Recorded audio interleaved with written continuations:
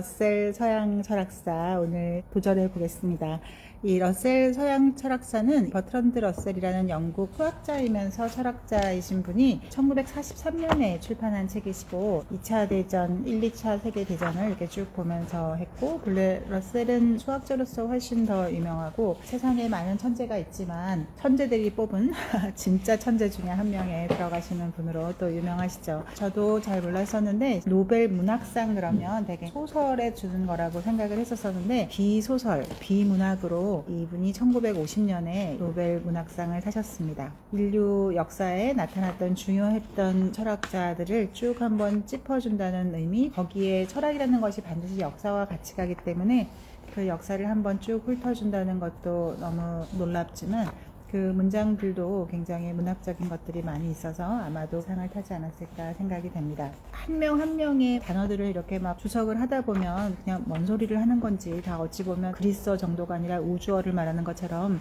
알 수가 없는데, 여기서는 그래도 어떤 철학자가 있으면 그 철학자를 다른 철학자와 서로 비교 분석하는 것들이 중간중간에 항상 있어서 잘 되는 것 같아요. 보통 보면 이제 주요 어휘나 이런 것들은 다 비슷비슷하거든요. 근데 이 사람은 도대체 이걸 반대했다는 거야, 찬성했다는 거야, 그리고 이 사람은 반대하고 또 저 사람은 찬성했다가 다시 또 한 100년 뒤에 1000년 뒤에는 이거를 또 지지하는 사람이 있고, 그래서 되게 헷갈리는데 그거를 이제 보여주려고 했던 것 같습니다. 우리가 이제까지 파편적으로 알고 있는 이런 철학 지식들을 쭉 시대적으로 역사에 맞게 연표처럼 사례가 있는 것만으로도 큰 도움이 되는 것 같아요. 첫 번째 제1권이 이제 고대 철학에 대한 거고요. 고대 철학이라고 하는 거는 로마 시대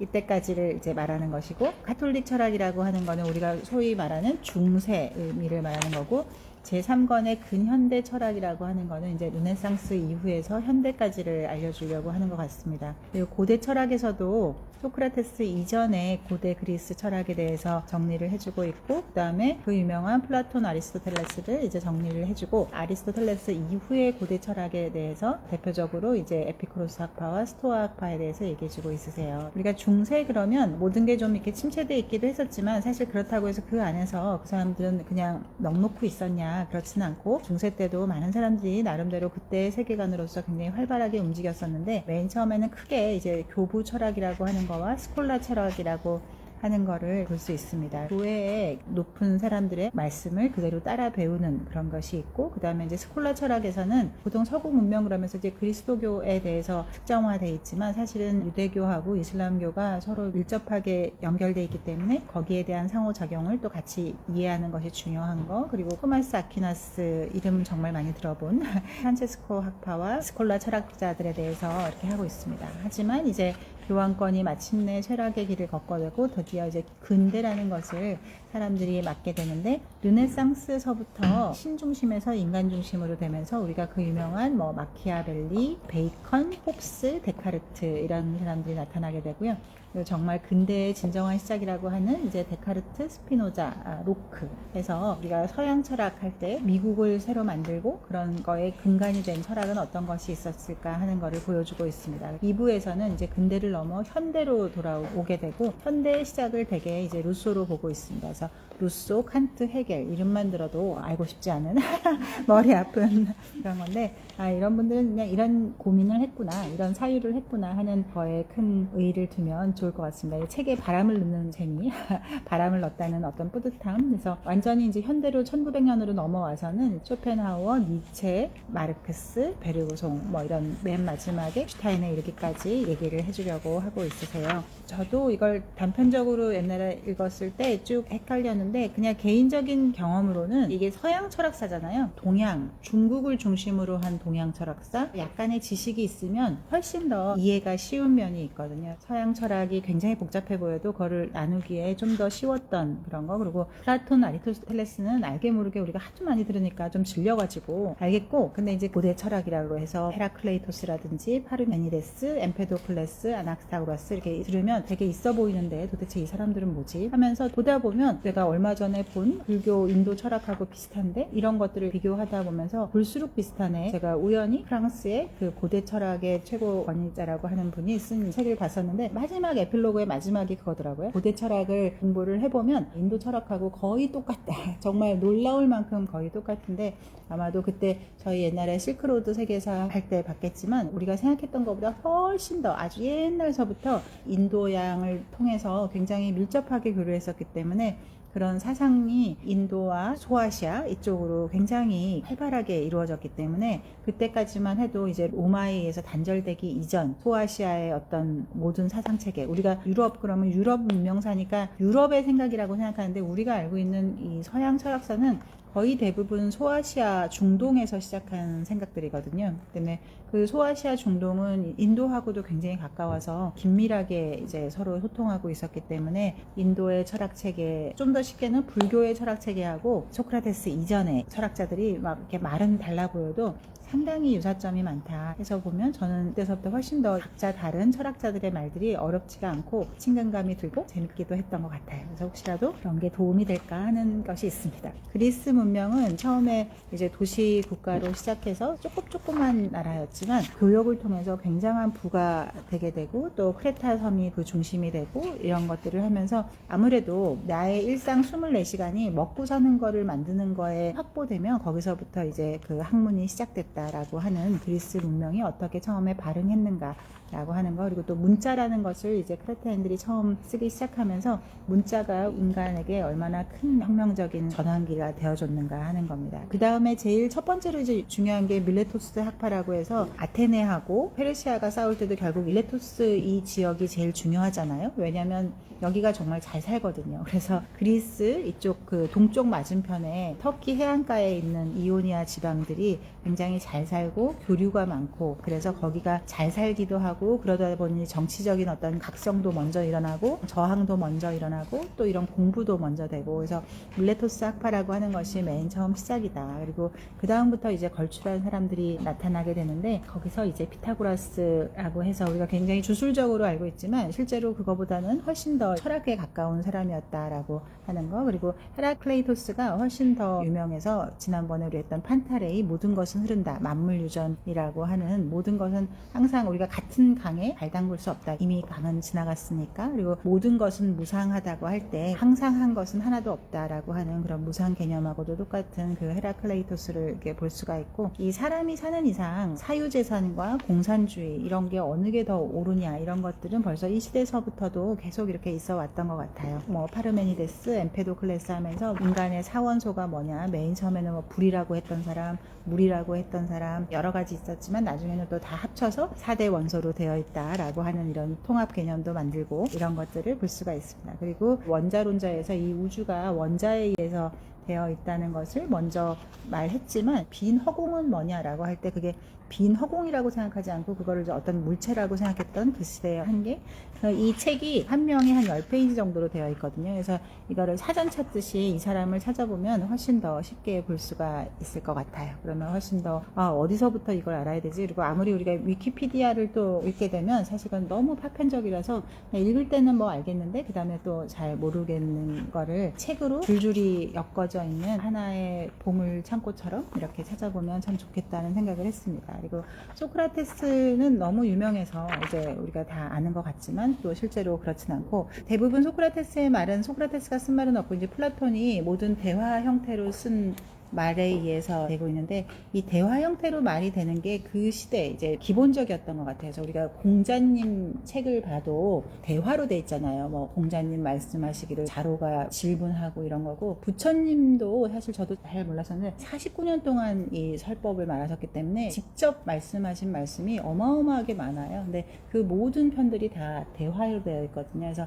누가 무슨 말을 질문하면 우리 증문즉설 같은 거예요. 누가 뭐라고 질문하면 거기에 대해서 부처님이 뭐라고 대답하고 이걸 계속 이렇게 되어 있어서 아마도 이 플라톤도 대화형이라고 하는 게 어떤 특별한 창조를 굳이 할 필요 없이 이때는 모든 지식의 전수가 이렇게 대화 형태로 되지 않았을까 하는 게 있습니다. 그리고 어찌 보면 또 저도 몇 권 안 읽었지만 이렇게 읽다 보면 소크라테스가 정말 그렇게 너 자신을 알고 아무것도 모르는 거를 파악하고 겸손한 그런 거라기보다는 대화편을 가만히 이렇게 보고 있으면 좀 자기가 원하는 답을 계속 유도신문을 하는 하는 그런 것이 있거든요. 그래서 거기에 대한 어떤 지적도 이렇게 여기 있습니다. 하지만 소크라테스가 얼마나 그 사람들에게 큰 반향을 일으켰는가 하는 것은 무시할 수 없는 그런 역사적인 것도 잘 설명해주고 있으세요. 플라톤의 사상은 서양 철학이 전부 다 플라톤의 각주에 의한 거라고 하는 그런 말도 있지만, 그거보다는 워낙 저작들이 많다 보니까, 그리고 플라톤 한 명의 사상이라기보다는 많은 사람들과 대화한 거를 그 한 사람 한 사람의 이름을 붙여서 책이 있다 보니까 많은 사상을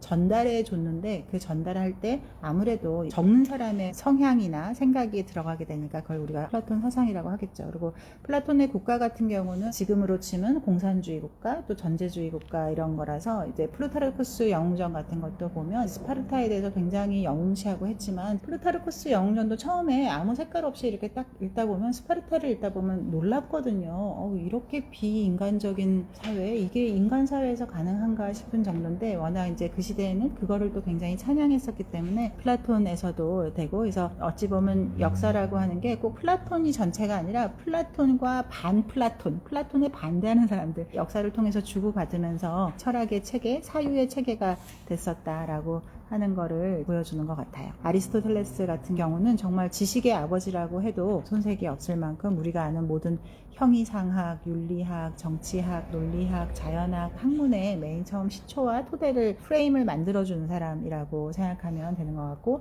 이 아리스토텔레스가 중요한 이유 중에 하나는 로마가 망하고, 이 로마는 그리스어에 모두 다 능통했었기 때문에 그리스어의 지식들을 좋아하고 문명과 지식에 익숙했으면서도 로마어로, 라틴어로 번역을 하지 않은 거예요. 왜냐하면 지식인들은 모두 다 그리스어를 능통하게 할 수 있으니까. 마치 우리가 불과 100년 전만 해도 모든 지식인들은 한자를 능통하게 해서 그거를 언문으로 굳이 번역할 필요를 못 느꼈듯이,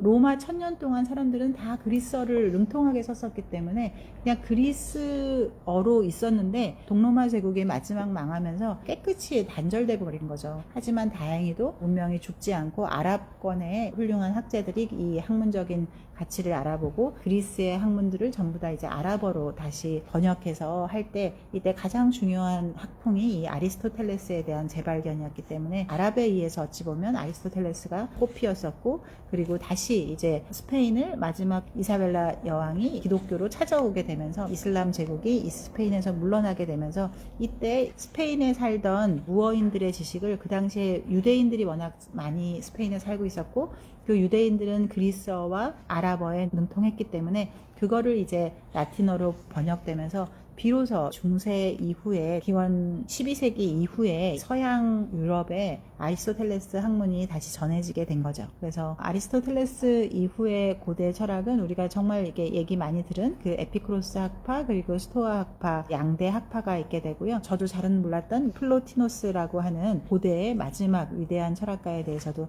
설명해주고 있으세요. 그리고 아무래도 에피쿠로스 학파는 이때 이제 고대에 번창하다가 없어지고, 스토아 학파가 이제 1000년 이상 로마 시대를 쭉 갔었기 때문에 이 에피쿠로스 학파를 너무 이제 폄하하면서 썼던 말을 사람들이 이제 그 말만 믿고 쭉 했었는데, 다시 이거를 정말 원전으로 가보면 에피쿠로스 학파는 결코 그런 뭐 쾌락주의나 이런 게 아니라 고통이 없는 상태, 이런 상태를 더 하는 거고, 오히려 이 에피쿠로스 학파의 생각도 역시 그런 우리 인도 철학이나 이쪽과 좀 더 잘 맞는 거를 볼 수가 있습니다. 그래서 스토아 학파가 막 굉장히 경건하고 금욕적이고 이런 거에 비해서 에피쿠로스 학파가 절대 쾌락적이거나 방탕한 그런 게 전혀 아니고, 자연과 겉에서 자연답게, 그리고 무소유의 어떤 삶, 우리가 제일 잘 아는 그 디오게네스가 이 견유학파 이쪽도 다 에피쿠로스 학파이기 때문에 자연과 일체가 돼서 사는 그런 것을 에피쿠로스 학파라고 한다. 좀 더 자세히 아주 재미있게 적어져 있어요. 중세에 대한 책도 많긴 하지만 또 중세 전문 서적은 너무 두꺼워서 이 두꺼운 중세 철학을 이제 볼 엄두가 안 나는데, 적당한 길이로 잘 요약을 해주셨어요. 그래서 가톨릭 철학에서 교부 철학이라고 해서 처음에 이제 교회의 박사들, 교회의 어떤 철학자들이 처음에는 힘을 얻다가, 교황이라고 하는 것이 그렇게 큰 권위가 없었었는데 나라마다 이제 정치적으로 새로운 집권을 하려고 하는 것, 뭔가 누군가랑 서로 이제 연합을 해야 되는데, 그럴 때 교회의 수장과 다시 손을 잡으면서 서로의 이익이 맞아떨어지면서 정치적인 황제냐 아니면 교회의 어떤 수장이냐 이런 것들을 하면서 여러 번의 알력 끝에 결국은 교황이라고 하는 어떤 체제가 확립되고, 교황의 체제의 승리로, 그래서 교황은 어찌 보면 2000년이 지난 지금까지 아주 잘 살아남아 있고 황제라고 하는 시스템은 150년 전쯤에 세상에서 없어진 그런 체계가 된 것이다 라고 하는 겁니다. 그리고 스콜라 철학도 옛날에는 사람들이 너무 뭐 이렇게 지식이 편협하고 세계관이 편협해서 지식이 부족했나? 지혜가 부족했나? 이렇게 정말 아무것도 모를 때 그렇게 생각했었는데, 그렇지 않고 사람들이 이때도 이 유대교나 이슬람교에 대해서 열린 마음으로, 그리고 본인들이 그 당시 이제 고대 그리스 문헌들에서부터 완전히 단절돼 있기 때문에 그게 없는 상황에서 찾을 수 있는 모든 문헌들을 찾아서 나름대로 굉장히 깊이 사유했다고 하는 거. 그리고 이슬람교가 어떻게 이렇게 잘 퍼질 수 있었을까를 보면, 이슬람교가 오히려 유대교나 그리스도교에 비해서 훨씬 더 이렇게 좀 개방적이었기 때문에, 그냥 세금만 잘 내면 종교적인 박해를 하지 않았기 때문에 오히려 세를 넓히기가 훨씬 더 좋았다라고 하는 겁니다. 그리고 우리가 지금 보면 막 유대교 개념, 그리스도교 개념, 이슬람이 서로 막 반대편처럼 보이는 이런 게 있지만 전혀 그렇지 않고, 유대교 덕분에 그리스도교가 사실은 이렇게 된 거고, 어찌 보면 그리스도교라고 하는 것 자체도 유대교의 종교개혁 같은 거였었다라고 하는 거. 우리가 아는 종교개혁은 루터가 카톨릭에 대해서 한 종교개혁만 하고 있지만, 진정한 예수님의 그리스도교는 유대교에 대한 종교개혁 같은 거였었는데, 그게 이제 다시 훨씬 더 따로 되고, 그리스도교를 콘스탄티누스 대제가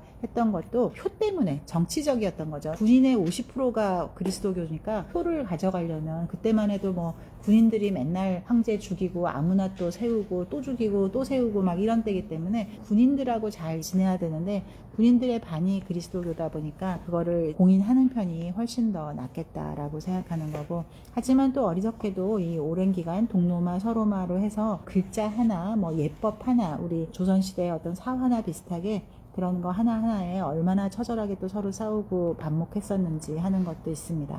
그리고 토마스 아퀴나스 같은 경우는 지난 1000년의 중세에서 가장 훌륭한 철학자이시고, 저도 진짜 이 책을 보기 전에는 미처 몰랐던 광범위하고 보편적인 그런 철학을 잘 우리에게 이제 깨우쳐주는 그런 것이 있어서 꼭 이 토마스 아퀴나스 한번 읽어보시면 좋을 것 같고, 이해가 안 돼도 그냥 이 책을 선택하고 이걸 한 거는 이렇게 책에 바람 한번 넣어보고, 이해는 잘 모르겠지만 이분은 이런 걸로 고민했었구나 라고 하는 거를 아는 기회가 됐으면 좋겠다 하는 겁니다. 그리고 프란체스코 스토에 같은 경우는 베네딕트 스토에보다 오히려 훨씬 더 그런 학문에 대해서 집착하지 않았음에도 불구하고 후대의 위대한 철학자들은 대부분 다 프란체스코 스토에에서 나왔다라고 하는 거. 그래서 우리가 이 근대 철학자들이 예수회나 이런 수도원에서 최고의 지성들은 다 수도원에 있었기 때문에 거기서 이제 시작됐다라고 하는 겁니다. 그리고 르네상스가 시작되고, 마키아벨리를 우리가 굉장히 수단 방법을 가리지 않는 잔혹하고 비도덕적인 이런 걸로 하지만, 실제로 마키아벨리는 그때 현세에 맞게 우리 솔직해집시다, 성현들이 말하는 위대한 말씀 이런 거 말고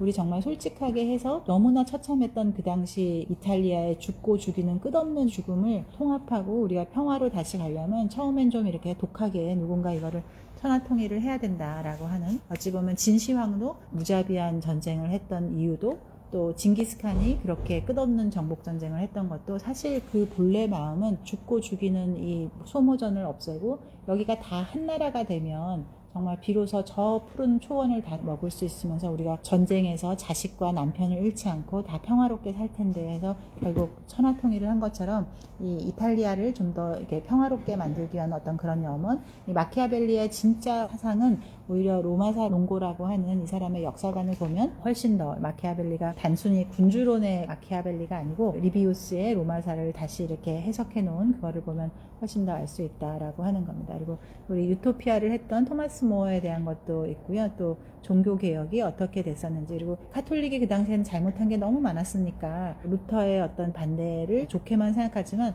루터의 생각에도 얼마나 맹점이 또 많이 있었는지, 그 한계 상황을 극복하는데 얼마나 오랜 세월과 얼마나 많은 대가를 치렀었는지 하는 거에 대한 것도 있습니다. 그리고 과학적 사고를 시작하게 해준 베이컨, 만인에 대한 투쟁이라는 말을 한 이제 홉스의 리바이어던, 이 모든 앞쪽의 혼란을 끊고 근대라는 거를 처음 시작한 데카르트, 스피노자인데요. 데카르트, 스피노자, 로크가 거의 동시대거든요. 그래서 데카르트가 조금 더 먼저고 그거를 물려받은 스피노자, 그거를 다시 또 통합한 로크, 이렇게 간다고 보시면 될 것 같고, 하지만 데카르트는 종교인이었었기 때문에 본인이 실제로 생각하는 거에서 마지막에는 좀 더 유하게 한 게 있고, 또 스피노자는 본인이 어떤 깨달은 바를 돌려서 말할 수는 없는 본인의 어떤 깨달은 사람으로서의 그것 때문에 평생을 너무나 혹독한 삶을 살아야 했고, 또 스피노자는 사람들이 워낙 기대한 바가 많았기 때문에 그 배신감에 핍박이 더 심했던 것 같습니다. 그리고 철학자로서 가장 럭키한 사람은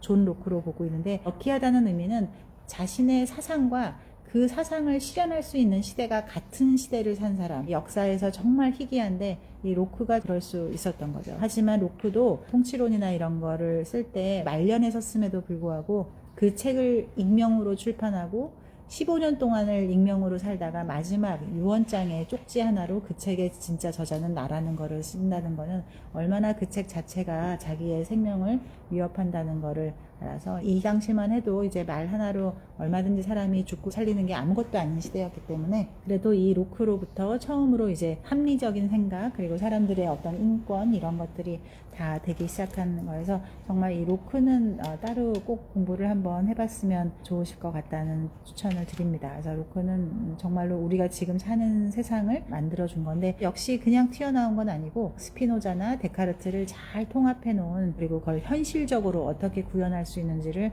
잘 해놓은 덕택에, 그것이 결국은 영국이나 프랑스의 정치혁명, 그리고 결국 미국이라는 나라를 발명할 수 있었던 거기까지 이어지는 것을 보여주고 있습니다. 그리고 우리 버클리 대학을 만든 버클리도 이제 로크, 버클리, 휴무로 이어지는 경험주의자로 되고 있어서, 경험주의자의 가장 큰 장점은 내 생각을 과신하지 않고 세상이 벌어지는 거를 관찰하면서 아, 이러면 이런 거구나 라고 해서 이 세상을 잘 관찰하고 거기서 이론을 정립해가는 것이 경험주의자의 어떤 특징이고요. 뒤로 넘어가서 이제 루소, 칸트, 헤겔로 시작하는 독일 낭만주의라고 하는 거는 좀 거꾸로 아, 이러면 좋지 않을까? 라고 이렇게 생각한 거를 그럼 이렇게 한번 해보자, 이러면 좋을 것 같아 라고 해서 그거를 이제 실험하게 되는데, 어찌 보면 치명적 자만이라고 하는 그런 개념에서 이 지식인들이라고 하는 것이 사실 현명하기도 하지만 얼마나 어리석을 수 있는지, 그리고 그 스스로 지식인이라고 생각하는 사람들의 어떤 그런 자만스러운 사고 활동 때문에 또 인류가 얼마나 비참하게 될 수 있는지, 그런 거에 대한 거를 19세기를 대표하는 경험론, 루소, 칸트, 헤겔로 이어지는 관념론, 그리고 낭만주의 이런 걸로 같이 볼 수 있다고 하고 있습니다. 루소에 대한 것도 우리 뭐 고등학교 때 많이 배우고 그랬는데, 보통 이제 내가 루소주의자라고 말하면, 지난번 우리 휴먼카인드 할 때 그 저자가 서문서부터 나는 루소주의자라고 했었는데, 보통 루소주의자라고 말하는 거는 사회주의를 좀 더 말한다고 생각하면 정확하세요. 루소가 몽상가에 가까울 만큼 아주 막 이상적인 말은 많이 했으나, 실제로 이분의 또 삶이 너무나 자기 생각하고 달랐기 때문에 아무리 뭐 지식 따로 삶 따로 이렇게 생각한다고 하지만 루소의 삶은 사실 너무 달라서, 지식인의 두 얼굴 이런 데서도 보면 아무리 이 생각이 너무 좋다고 하더라도 그것이 그렇게까지 다를 때 우리가 또 그걸 어디까지 신뢰해줘야 되나 하는 그런 것들도 있습니다. 또 흉은 진짜 마음씨 좋은 아저씨, 나 빵집 아저씨 같이 생긴, 정말 어떻게 천재가 저렇게 마음이 좋을 수가 있지 하는 그런 인상, 온통 평생을 불평불만과 남탓만 했던 루소, 이제 하여간 또 휴미 루소를 거두어줘서 열심히 돌봐주다가 결국은 원수만 되고 뭐 이런 것들을 보면서도 어떤 그 사람의 사상도 중요하지만 그 사람의 삶도 굉장히 중요하고, 어찌 보면 러셀도 이 모든 정치 철학자들 중에서 스피노자를 가장 철학자다운 삶을 산 사람의 1등으로 꼽고 있습니다. 그리고 이제 칸트와 헤겔 이렇게 이어지는데, 칸트와 헤겔이 중요하긴 한데 이게 너무 이제 독일 국가주의나 이런 거에서 개인이 전체에 의해서 얼마든지, 전체가 중요하고 개인은 하나도 중요하지 않고 개인은 전체를 위해서 존재할 뿐이라는 거를 이제 너무 강조하게 되면서 20세기의 비극적인 1, 2차 세계대전을 맞는 그런 독일을 우리가 또 만나게 됩니다. 바이런은 우리가 보통 저도 시인이라고만 생각했었는데, 여기서도 이제 영국에서 시인으로서는 별로 끼친 게 없지만 대륙에서 어떤 사상적으로는 공헌이 크다라고 해서 여기서 집어주고 있는 거, 그리고 데카르트, 스피노자서부터 인도 철학이 다시 교류가 일어나게 되는데 그것을 좀 더 디테일하게 소개한 것이 쇼펜하우어다라고 하는 거. 어찌 보면 이 책이 재밌는 게 그 사람 하나하나의 어떤 사상도 얘기해주지만 모든 철학자에 대해서 다 인생사에 대해서 같이 얘기해주고 있어서 그런 흥미로움을 또 할 수 있는 것 같아요. 그 다음에 니체도 얼핏 보기에는 이제 굉장히 좋고, 좀 그만 나약해지고 그만 징징거리고 떨치고 일어나서 초인답게 잘 살아라 하는 거는 굉장히 좋지만, 그 내면에는 통합되지 못한 생각들, 그리고 편협한 세계관 이런 것들이 많이 있어서 니체가 아주 위대한 철학자라는 거에 대해서는 충분히 찬탄을 해주면서도 세계관의 한계나 이런 거에 대해서는 또 많은 부분을 지적하면서 생각해보자라고 제시해주고 있습니다. 지금의 현대에 가장 많은 영향을 끼쳤다고 하는 마르크스, 존 스튜어트 밀의 벤담 이런 공리주의에 대해서도 얘기하고 있고요. 그래서 마르크스 같은 경우도 거의 판타지죠. 대학생 때의 어떤 마르크스라고 하면은 로망이죠. 로망을 넘어 판타스에 가깝다고 생각하는데, 하지만 그것도 잘 새겨들어야 된다 이렇게 하는 거에서 가장 큰 거 중에 하나는 마르크스의 생각이 많은 부분 맞지만 너무 인생이라고 하는 거, 이 세상이라고 하는 거, 역사라고 하는 거를 한 면으로만, 경제학적인 그런 면으로만 봤기 때문에 왜곡이 있을 수 있다. 우리 인생이라고 하는 거, 역사라고 하는 거, 정치라고 하는 이런 것들은 단순히 돈으로만 되는 게 아니고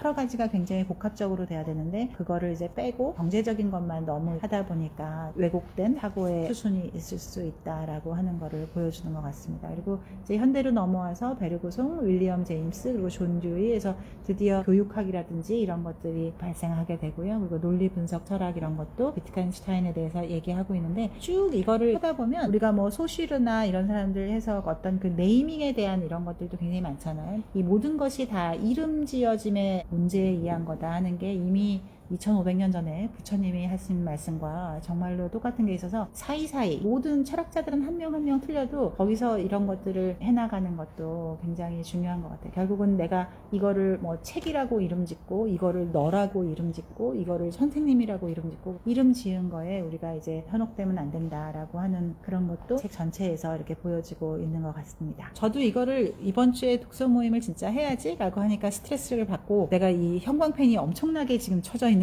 도대체 나는 왜 친 거지? 라고 이해가 안 될 만큼 했으나, 오히려 처음에 아무 욕심 없이 그냥 나 혼자 읽을 때는 이 책 되게 재밌다, 신기하다, 남들하고 같이 한번 읽어보면 좋겠다 라고 했던 그런 그냥 순수하고 가벼운 마음으로 읽어보시면 보람 있을 것 같아요.